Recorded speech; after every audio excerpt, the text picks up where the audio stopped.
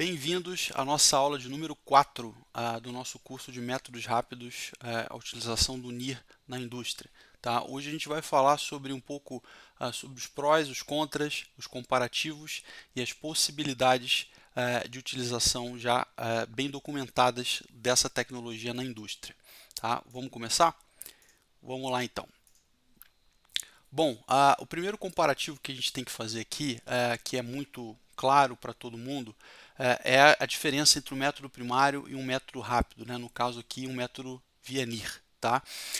O que é o benefício do método primário? É claro, ele tem uma alta precisão, ele tem um baixo erro analítico, ele tem uma alta confiabilidade. Bom, ele é um método primário, né? Ele é um método de confiança, ele é um método que vai te dar a certeza absoluta, né, imaculada, de que a tua análise está correta e que o resultado é aquele, desde que, claro, esteja muito bem validado, esteja muito bem sendo realizado por alguém com capacidade técnica, você vai ter uma certeza, uma garantia maior que esse método primário ele vai te atender muito bem. Qual que é o lado ruim do método primário frente a um método rápido? Ele tem um alto custo, né? Normalmente são equipamentos caros por natureza, que possuem uma manutenção de uma análise de preventivas e corretivas muito caro. O custo de análise ele é muito alto. Na grande maioria das vezes você precisa fazer utilização de produtos químicos, né, que também custam dinheiro. Então, são métodos normalmente considerados, entre aspas, aí, complexos. Né? O que a gente quer dizer com isso?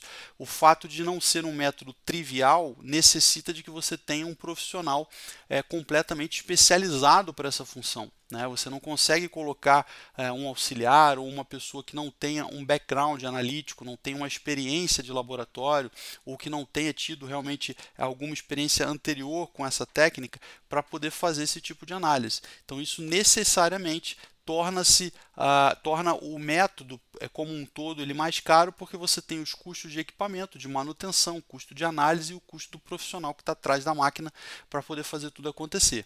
Tá? Então, isso normalmente são métodos também que têm a complexidade na amostra, né? Não são métodos onde você pega e coloca no equipamento diretamente, você precisa fazer um trabalho prévio, um preparo de amostra, uma diluição, uma digestão, enfim, você não consegue ter uma utilização instantânea dele. E aí com isso, a gente começa a olhar para outras possibilidades, que seria a utilização ou a transferência de parte ou totalmente das suas análises do seu laboratório para métodos que a gente chama de métodos rápidos via NIR. Tá? Então, qual que é a ideia aqui dessa imagem que a gente tem? A gente tem aqui um exemplo clássico de um HPLC. Vamos pensar aqui como cromatografia de modo geral, né? Pode ser líquida como pode ser a gás. Você tem um Kildow aqui para fazer análise de proteína via nitrogênio. Você tem aqui um extrator de Soxhlet para poder fazer extrações de gordura, né? Gordura total.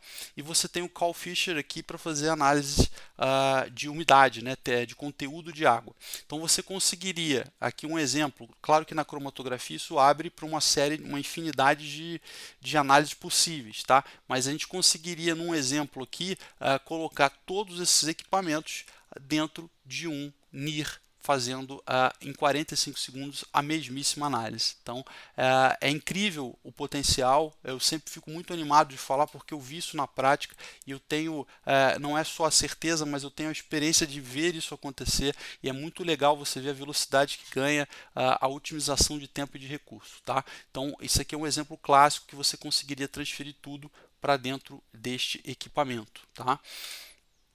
Bom, tudo na vida como eu já falei nas aulas anteriores, é um trade-off, né? O que se ganha e o que se perde, quais são os prós e os contras, né? Quando a gente vai para prós desses equipamentos da tecnologia de infravermelho, você tem aqui basicamente algumas coisas que são bem importantes de salientar.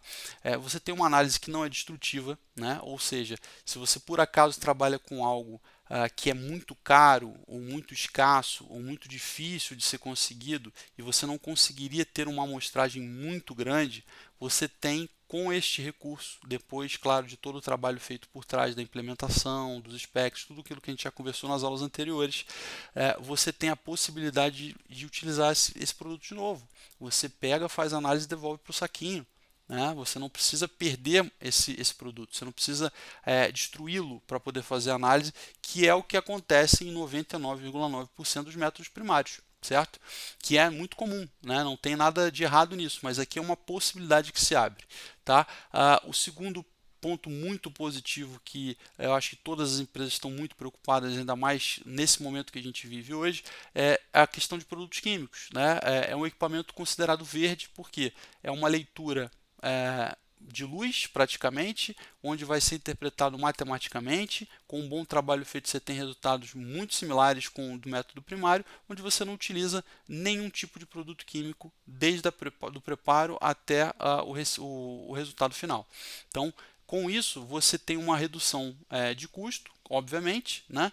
Mas mais do que isso, você tem aqui um selo verde, um equipamento que vai te trazer aí um benefício ambiental muito grande para a tua empresa. Tá? Então isso é algo para a gente sempre pensar e para ser colocado na mesa de discussão quando surgem essas oportunidades de talvez fazer as coisas um pouco diferentes. Tá?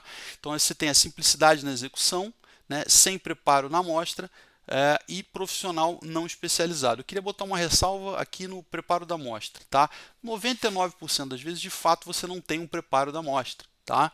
Mas não quer dizer que você não precise, em alguns casos, fazer um preparo de amostra. Tá? Então, é bom deixar isso aqui porque não é uma verdade 100% absoluta. O que eu quero dizer com isso? Bom, se você recebe algo que está, por exemplo, você tem uma mistura de pós, ou você tem uma mistura que ela não é muito homogênea por natureza, cada vez que você toma uma amostra do teu processo, você tem uma variabilidade muito grande, talvez seja legal você fazer um preparo rápido dessa amostra, ou seja, uma moagem dessa amostra para você homogeneizá-la melhor e você, quando for fazer a análise do NIR, você conseguir ter um resultado um pouco mais constante. Porque imagina, você tem esse copo que está na foto aqui como área que vai ser lida pelo equipamento. Então, se você conseguir tirar um retrato mais fidedigno do todo, depois de fazer um preparo de homogeneização ou um preparo de até moagem para manter isso tudo mais homogêneo, é claro que os resultados vão melhorar.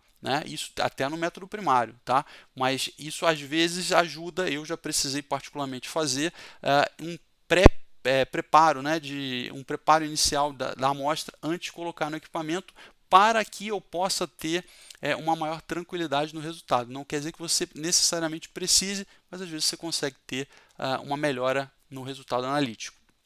Você não precisa de um profissional especializado, ou seja, qualquer pessoa aqui treinada é só pegar a amostra, tirar do bagzinho do saco, colocar no copo, ter o cuidado com o copo, obviamente, colocar no equipamento, fechar a tampa e analisar. Qualquer pessoa pode fazer isso. É claro que existem as questões que eu tinha comentado nas aulas anteriores, do wetline, do laboratorial, da pessoa que está fazendo o manuseio, mas um bom treinamento com uma boa gestão em cima, um bom controle ali, mantendo todo mundo bem engajado, eu não vejo problema nenhum. Eu já fiz utilização desses equipamentos em linha de produção e funciona muito, muito bem. É claro que depende de quem está por cima, quem que vai ser o dono desse processo, garantir que a pessoa faça de acordo com o procedimento operacional. Né? O SOP ou o POP precisa estar bem descrito e com isso você garante resultados sendo feitos por pessoas que não necessariamente têm uma formação técnica ou uma formação analítica. Tá? Análise em 45 segundos. Então, isso, plug and play, né, que a gente fala, literalmente pega o produto, bota na máquina e faz a leitura. Você tem um multiparâmetro, né, todos ao mesmo tempo. Então, 45 segundos é o tempo para o equipamento bater a foto. O que ele vai trazer de output, de resultado, vai depender do que você quer, né, do que você está construindo. Então, os 45 segundos é sempre fixo. Né? Você pode até aumentar o tempo. Eu quero uma leitura um pouco mais lenta em mais pontos da amostra, eu quero 1 minuto, 2 minutos, a seu critério. Mas de modo padronizado, modo default, você tem 45 segundos. É o que vem de fábrica. Em 45 segundos você pode ter 5, 6, 7 parâmetros sendo analisados ao mesmo tempo. Tá? Então você imagina o tempo gasto para cada parâmetro desse numa análise individual do método primário, sendo feito todas elas em 45 segundos. Você tem portabilidade de espaço físico, ou seja, a gente conversou sobre algumas possibilidades aqui de equipamentos inline, online, at-line, laboratorial, portátil, mas além disso tudo, O pior cenário, que seria esse equipamento da foto aqui, que está num tamanho de bancada, ele ainda assim ele é muito portátil. Eu já precisei movimentar um equipamento desse de um lugar para outro, de um laboratório para outro, botar ele na linha de produção para fazer um teste, depois devolver ele para o laboratório.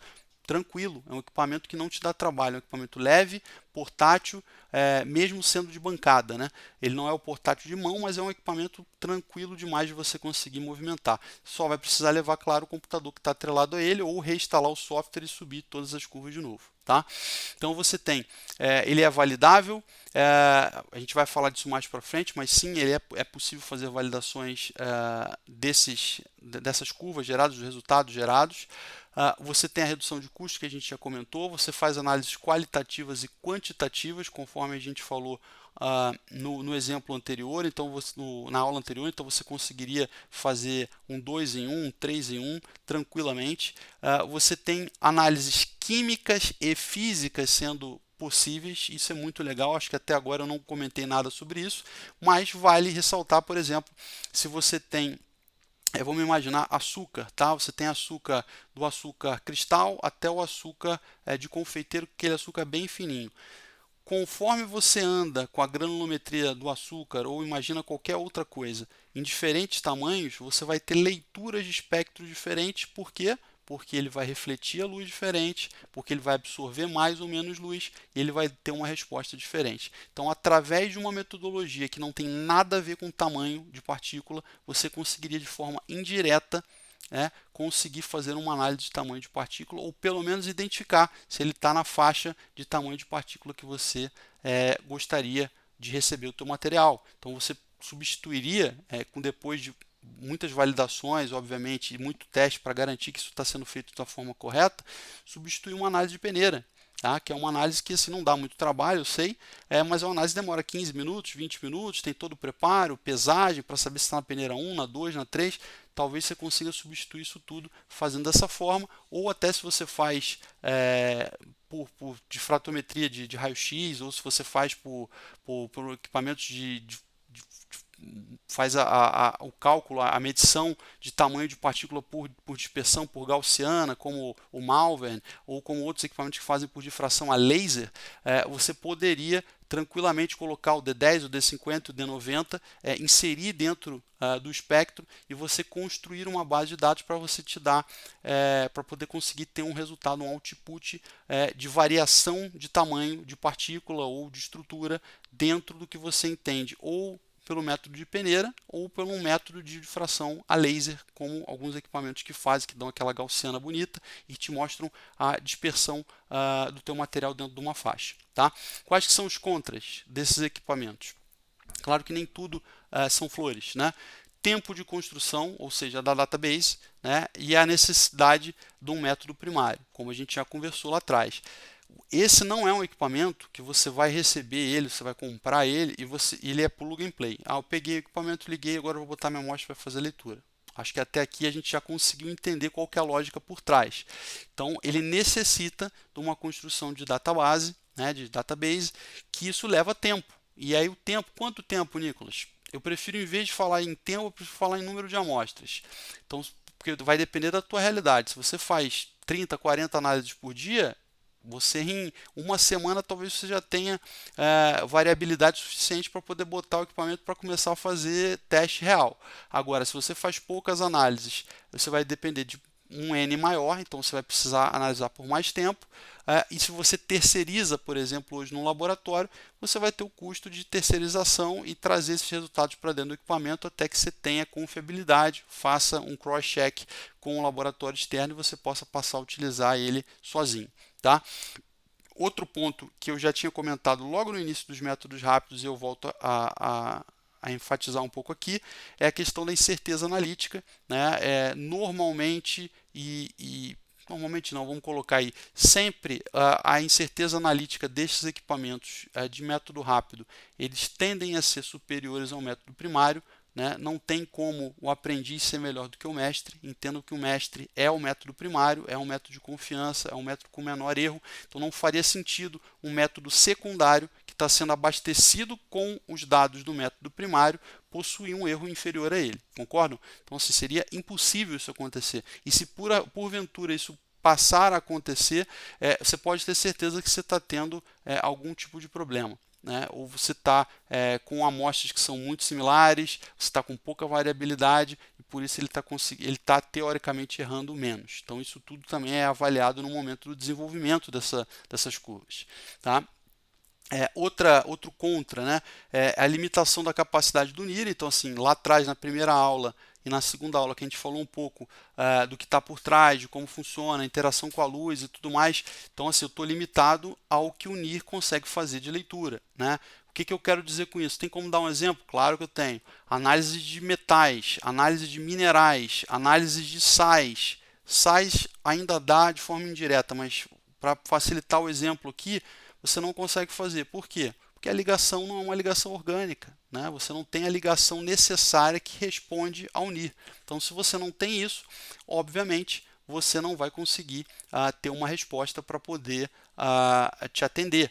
Então, se você tem um sal, por exemplo, botar um sal de cozinha para fazer análise, você praticamente não vai ter resposta, porque você não tem uma ligação orgânica ali, você tem uma ligação polar, né? uma ligação ali de carga, uma interação de carga, então você não consegue ter nenhum tipo de resposta para isso. Então você precisa necessariamente ter uma ligação e seguir todos os passos que a gente já conversou lá atrás para poder ter resposta.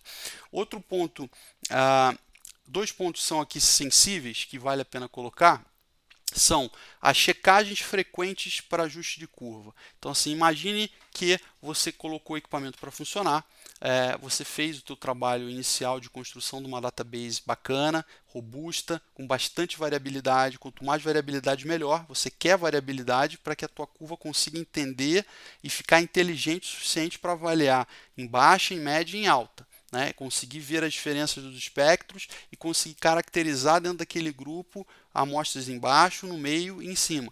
Então você precisa de variabilidade. Você fez isso tudo.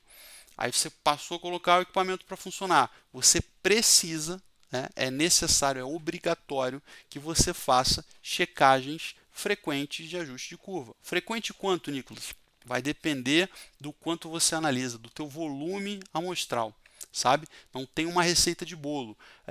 Eu poderia dizer assim, uma vez por semana, uma vez por mês, vai depender do teu volume. Se o teu volume é baixo, talvez inicialmente uma vez por semana, esticando a uma vez por mês, para você poder entender, estudar o teu próprio processo e ver. O que é essa checagem? Recebi a amostra, pego essa amostra, faço a leitura no NIR para poder ver o resultado. Sai o resultado, beleza. Pego essa mesma amostra, faço toda a triagem dela dos métodos primários para poder comparar o resultado e ver se a diferença do método primário para o método secundário de utilização de rotina se mantém dentro do que você espera, do que você aceita, ou se você está começando a ter o que a gente chama de drift. Drift você começa a tender a ver uma planilha, você consegue fazer um control chart, né, uma planilha de controle, onde você começa a ver que você tem um desnível entre os resultados. Se for constante, tranquilo de ajustar. Você pega, muda o B da reta, né, da curva, e você corrige.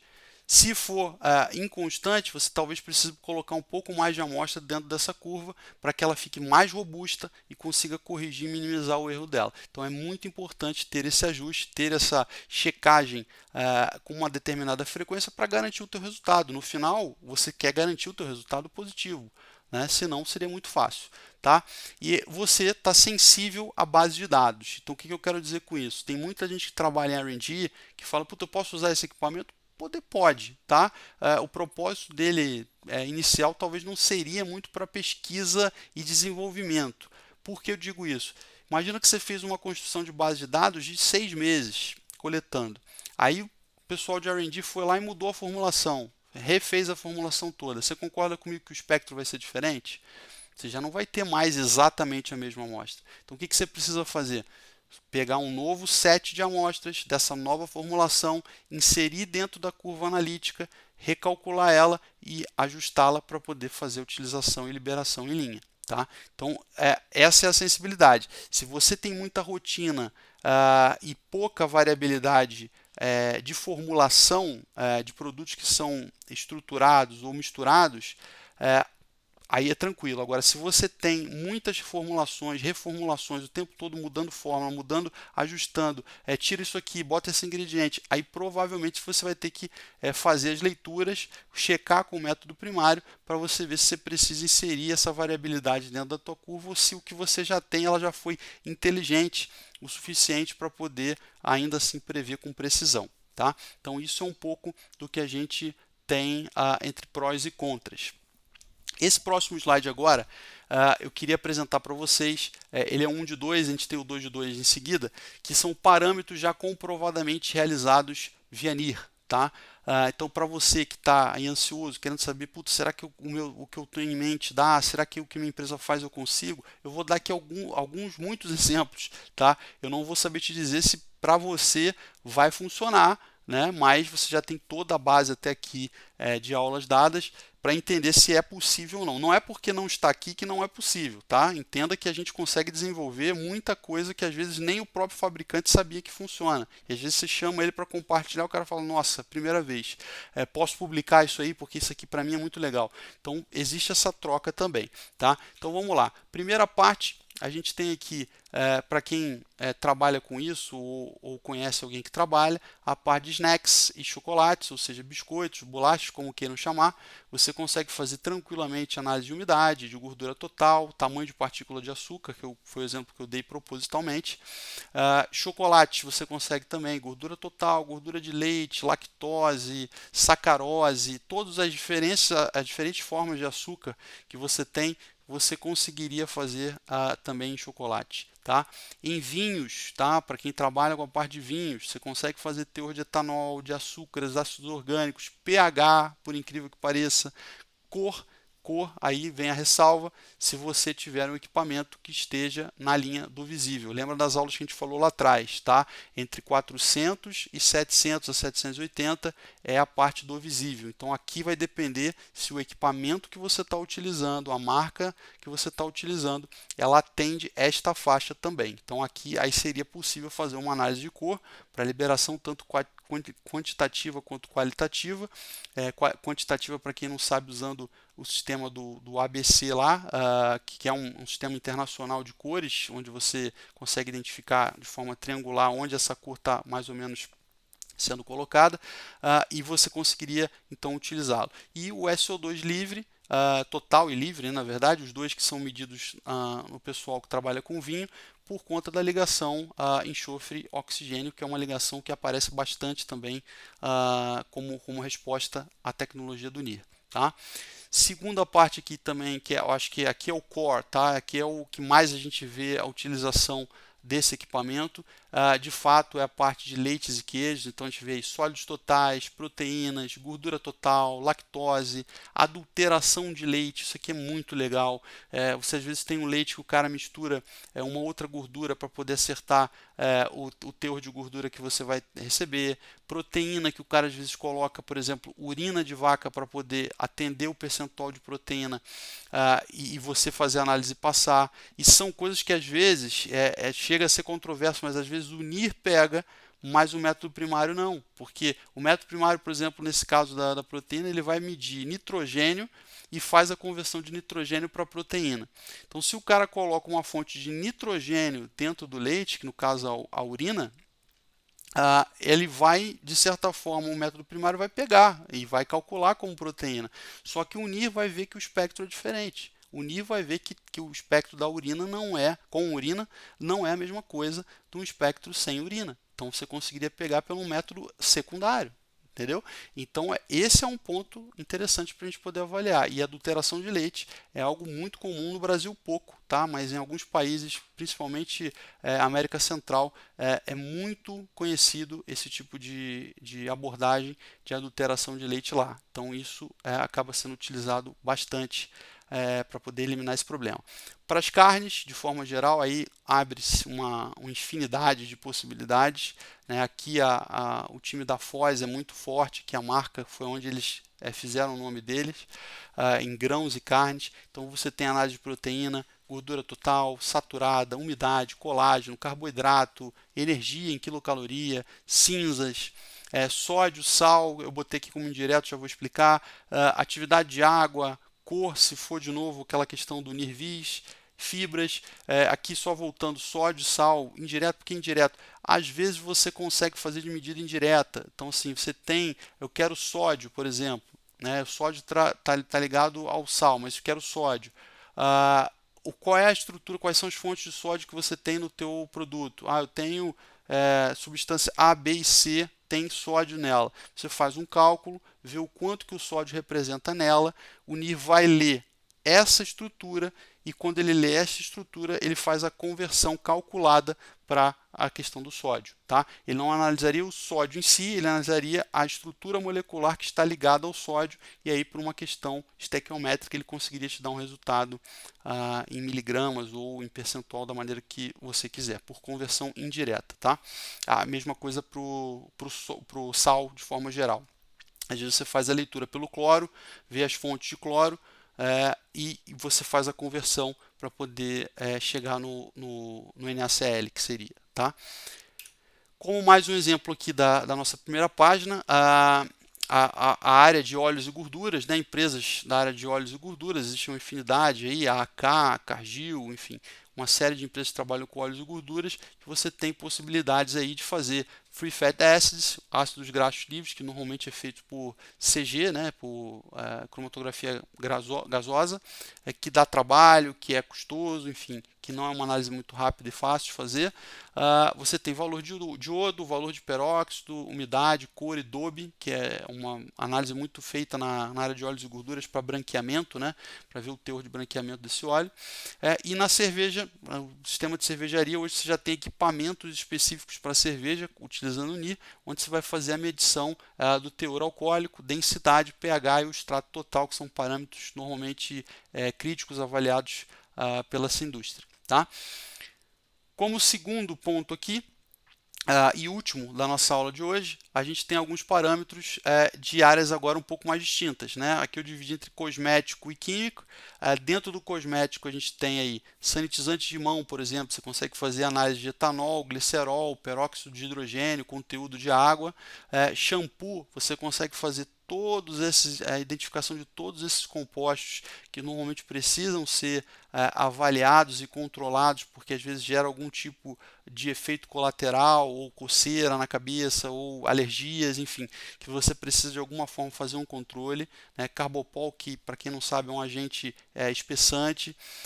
Hidratantes, então conteúdo de água em hidratantes é super necessário fazer análise, você conseguiria fazer direto. No caso aqui de protetor solar, você conseguiria determinar o FPS, né, o fator de proteção solar. É claro que aqui vai depender da formulação que você tem, do que você utiliza, mas sim, é bem possível ser utilizado. Na indústria química, aqui eu tenho dois exemplos, o polivinil álcool, PVA, que é utilizado em colírio, né, como se fosse um agente um pouco mais espessante, para dar um pouco mais daquela hidratação, aquela sensação gostosa. Você consegue fazer o grau de alcoólise dele, que é um percentual dos grupos funcionais de hidroxila. Né? Isso é muito importante, porque você consegue ver até um grau de toxicidade, um grau de irritabilidade, caso isso suba muito. E no caso de máquina de lavar aqui, sabão líquido, você consegue fazer também análise de surfactante. Isso aqui, gente, é só um exemplo das possibilidades infinitas que a gente tem. Tá? Eu não coloquei aqui, mas se você for olhar, por exemplo, as oportunidades da indústria petroquímica, é incrível a quantidade de análise de combustíveis que você pode fazer, todo tipo de parâmetro crítico da indústria de combustíveis você consegue fazer via NIR também. Então, assim, existe uma infinidade de possibilidades. A ideia da aula, a ideia deste curso é, de novo, abrir a sua mente para que você possa, vendo isso tudo, estudar internamente e ver o que você poderia fazer, como você poderia fazer. Muito provavelmente, o que eu falei aqui, muitas das coisas você já tem dentro da sua empresa. Então, muito provavelmente você já deve ter visto aí uma série de opções interessantes para você utilizar. Mas não se limite só a elas, tá? Tente pensar um pouco mais além, vá mais a fundo, procura análises que são mais complexas, mais difíceis ou que precisa de mais velocidade, qual que é a dor da tua empresa, né? Para que você possa trazer uma solução legal e bacana, tá? Uma solução analítica para a tua empresa. A gente encerra a nossa aula de hoje, tá? Eu espero mais uma vez que vocês tenham gostado, que tenha ficado claro todos os conceitos, claro todos os exemplos. A gente vai agora para a nossa parte 5, que é uma das aulas que eu particularmente mais gosto. Eu espero que vocês assimilem todos os conhecimentos até aqui. A gente falou sobre bastante coisa, a gente falou sobre prós e contras, a gente falou sobre os benefícios, o que a gente ganha, o que a gente perde com a técnica, a importância do método primário para a técnica, e terminamos falando um pouco das atribuições e utilizações já bem fundamentadas e documentadas na indústria. Nossa próxima aula é a parte 5 de cases de sucesso, onde eu vou poder compartilhar com você cases de indústrias que utilizaram e utilizam esse equipamento e fizeram muito sucesso com a aplicação dessa tecnologia. Espero que você tenha gostado, espero você na próxima aula. Até lá, um abraço, fiquem com Deus.